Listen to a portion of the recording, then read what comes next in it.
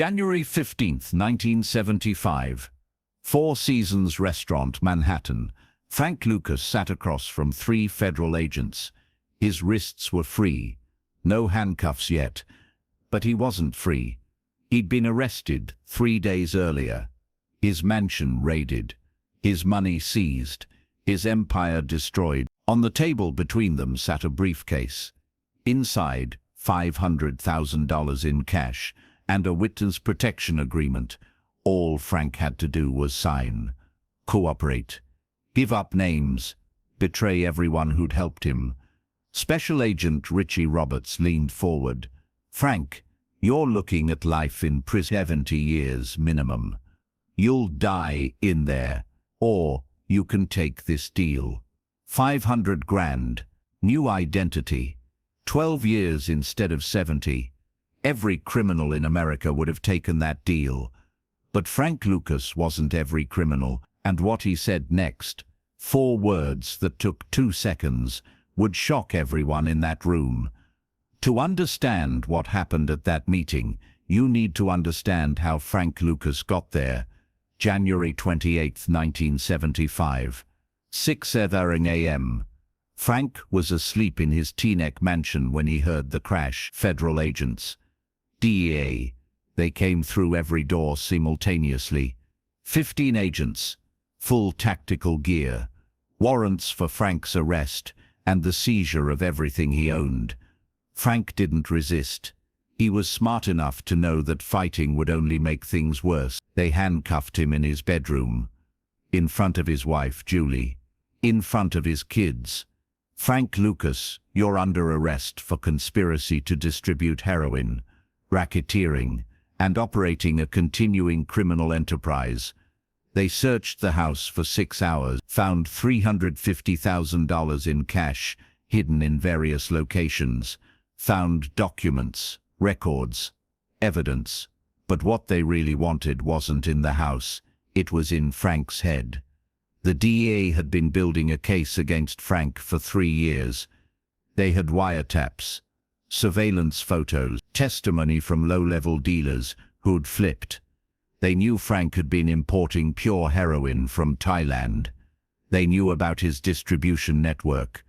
They knew about the $1 million a week he was making. But what they didn't have, what they desperately wanted, was the network of corrupt cops and officials who'd protected Frank's operation. Because Frank Lucas hadn't built his empire alone.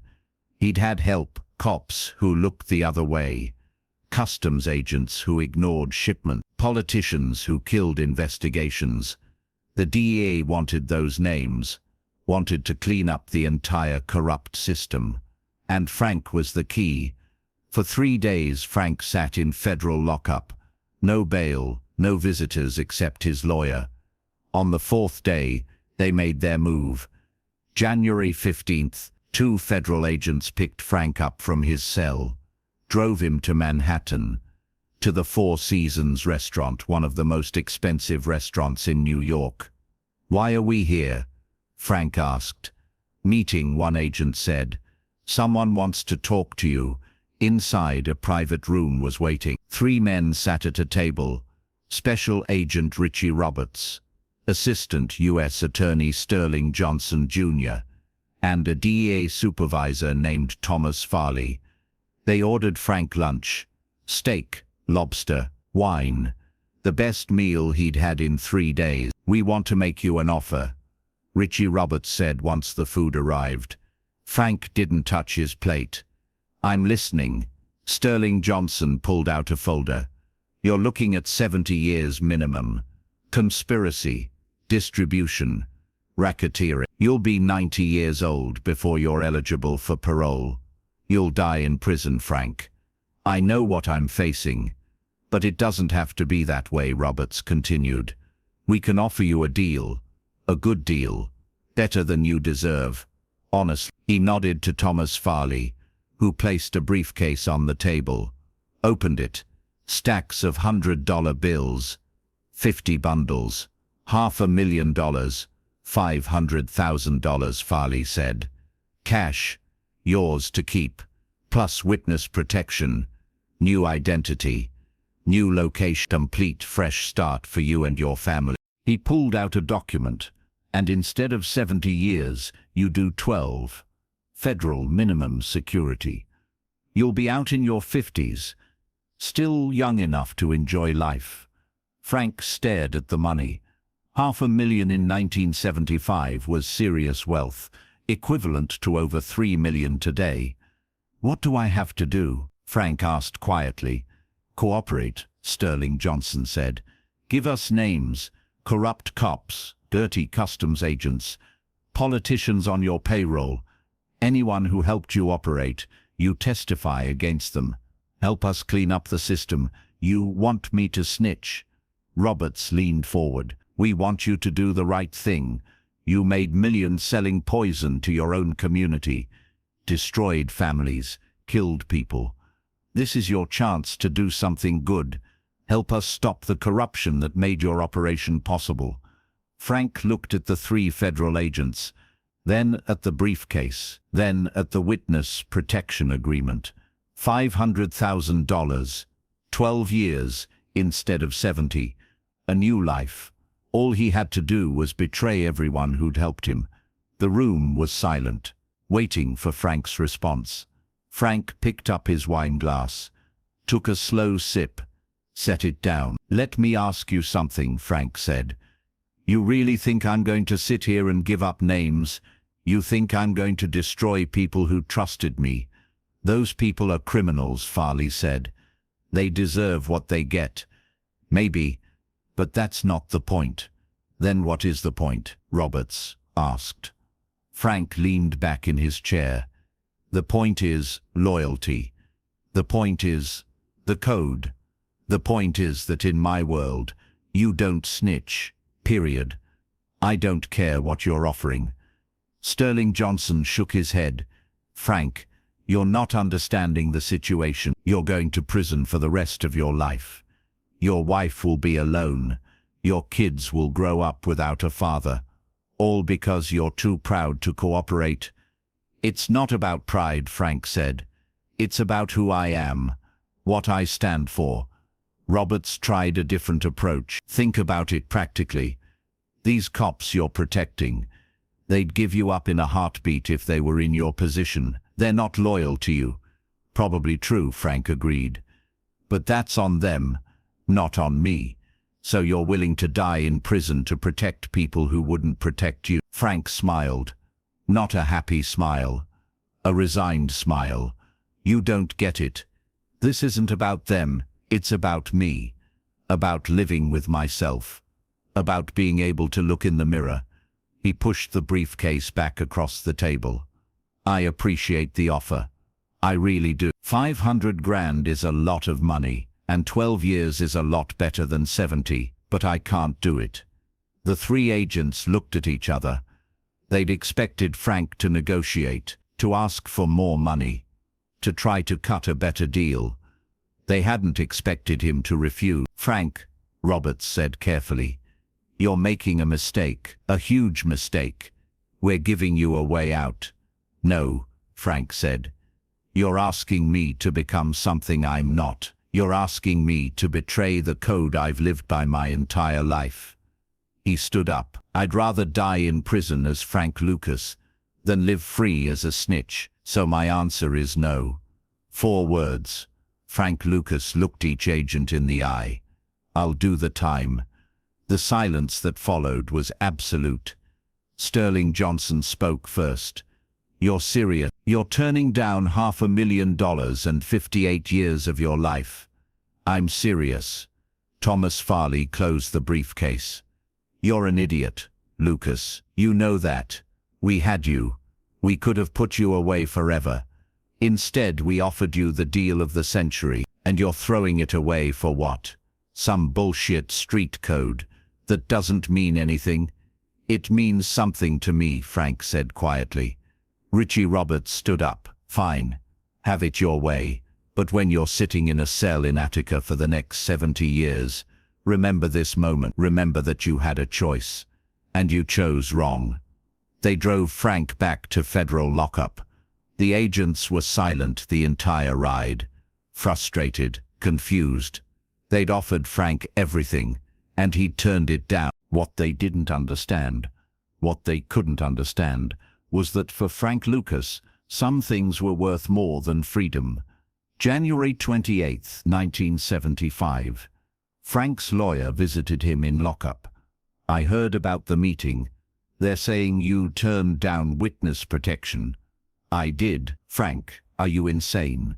That was your best option, your only option." "It wasn't an option, not for me." His lawyer sat down heavily. "They're going to destroy you in court. They have everything. Wiretaps, photos, testimony. You're going to get 70 years. "I know, and you're okay with that?" Frank was quiet for a long moment. "No, I'm not okay with it. But I can live with it. Because I'll go to prison as Frank Lucas. Not as a snitch. Not as someone who betrayed everyone who trusted him. Your wife, Julie, understands. She married Frank Lucas, the drug dealer. Not Frank Lucas, the informant. She'd rather visit me in prison than live with a man she doesn't respect." His lawyer shook his head. "I don't understand you." "You don't have to," Frank said. "Just do your best in court. That's all I ask." But here's what nobody knew at the time. Frank's refusal to cooperate had consequences beyond just his own sentence.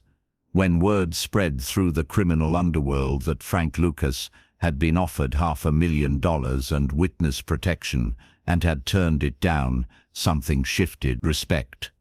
Other dealers, other criminals, they expected Frank to flip. That's what everyone did when facing life in prison. You cut a deal. You gave up names. You saved yourself. But Frank didn't. And that mattered. In prison, Frank ended up at Green Haven Correctional Facility in New York. Other inmates treated him differently. Not because he was tough, not because he was connected, but because he'd kept the code.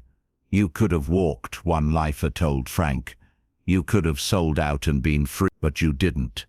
That's rare, man. That's real." But respect didn't change the reality of Frank's situation. 70 years, he'd entered prison at 38. He wouldn't be eligible for parole until he was 96. His kids grew up without him. His wife struggled financially. Everything he'd built was gone. For 5 years, Frank sat in Green Haven, maintaining his refusal to cooperate. Then in 1977, something changed. Frank's lawyer came to visit with news. "Richie Roberts wants to meet with you." "The DEA agent? Why?" "He says he has new information. Says maybe you should reconsider." Frank agreed to the meeting. Richie Roberts came to the prison. Just the two of them in a private room. "I'm going to be straight with you," Roberts said.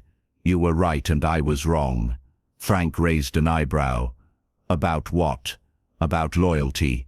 About the code. When we arrested you, I thought you were stupid for not cooperating. But over the past 2 years, I've arrested 15 of the cops who were on your payroll. You know how many of them kept the code? 0. Every single one of them gave up other cops to save themselves." Roberts pulled out a file. "The corruption went deeper than we thought. Judges, district attorneys, police captains. The whole system was rotten, and everyone except you, flipped to save themselves. Why are you telling me this? Because I respect what you did. You had principles, and you stuck to them even when it cost you everything. That's rare, especially in this business." Roberts slid a new document across the table. "I'm here with a different offer. Not witness protection, not money, just this. Help me prosecute the cops who took your money and then betrayed their own people. You testify specifically about police corruption, not about your dealers, not about your organization, just the cops. And in exchange, I'll recommend a reduced sentence, 20 years, instead of 70.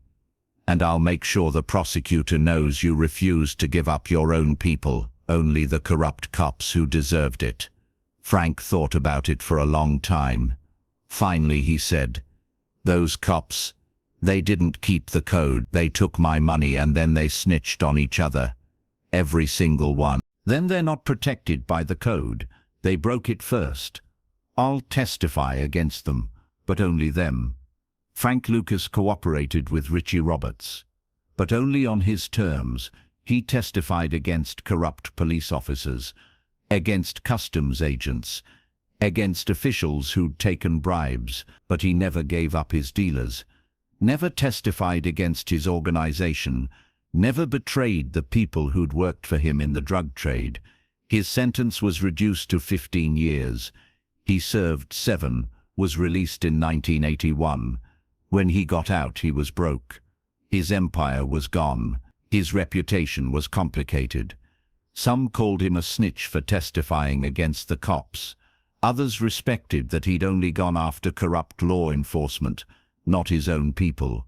Frank lived quietly after prison, died in 2019 at age 88. But the story of that meeting at the Four Seasons, the day Frank Lucas turned down $500,000 and witness protection, became legend in the criminal world.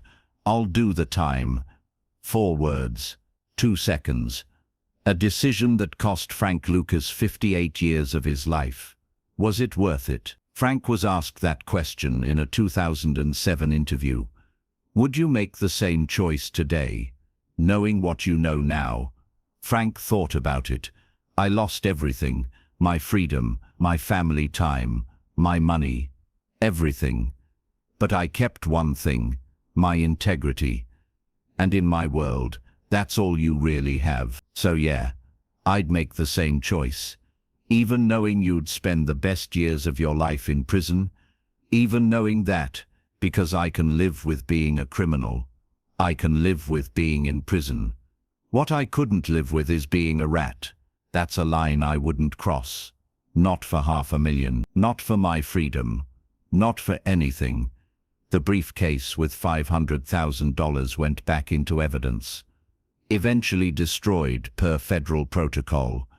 But the story of Frank's refusal lived on, a reminder that even in the criminal underworld, some people still value loyalty over survival, principle over freedom. Frank Lucas wasn't a hero.